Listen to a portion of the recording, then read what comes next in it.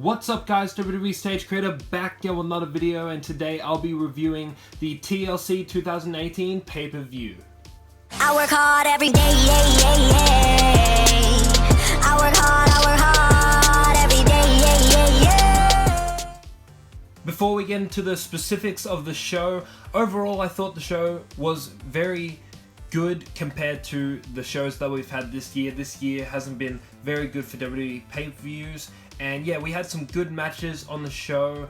I'm not going to cover the pre-show, and I'm not going to cover some of the matches on the main card. I'm only going to cover the stuff that's really worth talking about, so let's get into the review.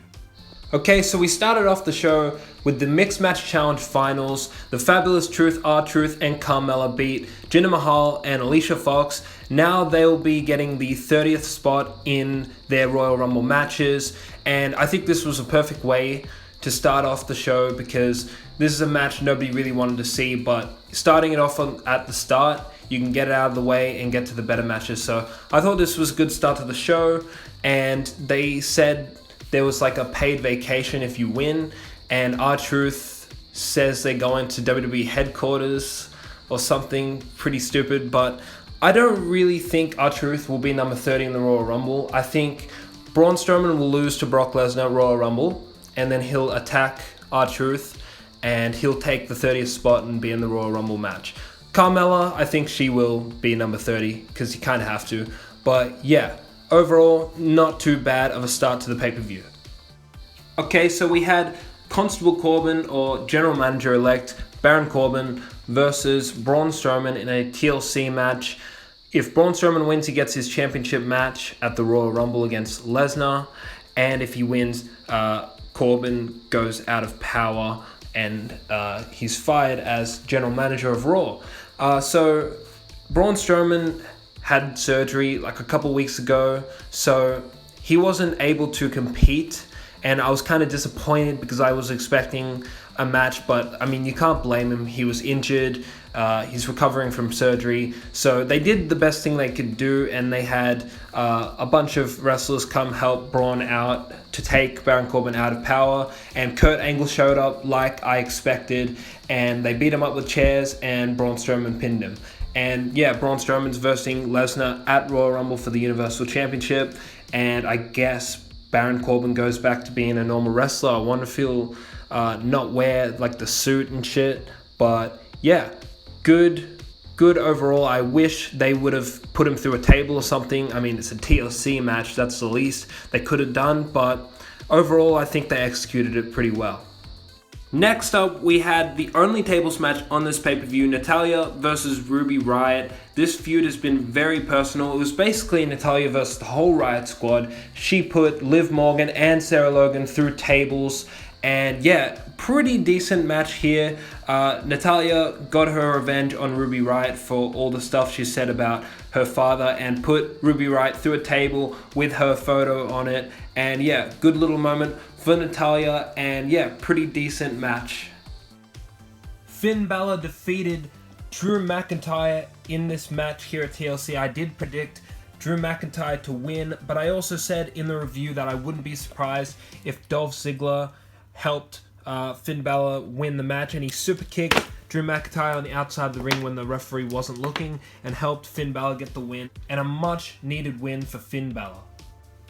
Rey Mysterio defeated Randy Orton in a chairs match, in a pretty decent chairs match, and he did like a Hanakarana roll-up pin and got the victory like that. So 2 roll-up pins on the pay-per-view, and Rey Mysterio got the much needed win. Daniel Bryan defeated AJ Styles with a roll-up pin in a pretty good match. Don't really like the finish, but I have no idea where the hell they're going to go for WrestleMania.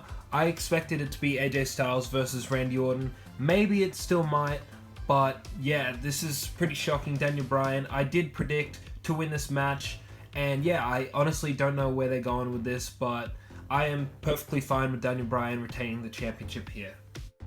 Dean Ambrose defeated Seth Rollins and won the Intercontinental Championship in the first of what I expect to be many matches between the two. I hope Seth Rollins wins the Royal Rumble and versus Brock Lesnar at WrestleMania, but I also wouldn't mind these guys having a feud stretched out to WrestleMania. But overall, pretty good here. Could have been a ladder match or something, but what they did here was fine, and I reckon they'll start including like more hardcore matches as we go along in the feud.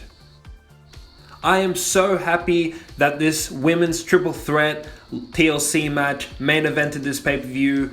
This was a great match. Asuka versus Becky Lynch versus Charlotte. Yeah, they had a great match. I would have liked a couple extra minutes. They could have done some extra cool stuff, but they had so much cool stuff here. Charlotte Flair went through a table. Charlotte Flair put Becky Lynch through a table with a swanton bomb or a flip or whatever that was. That was cool.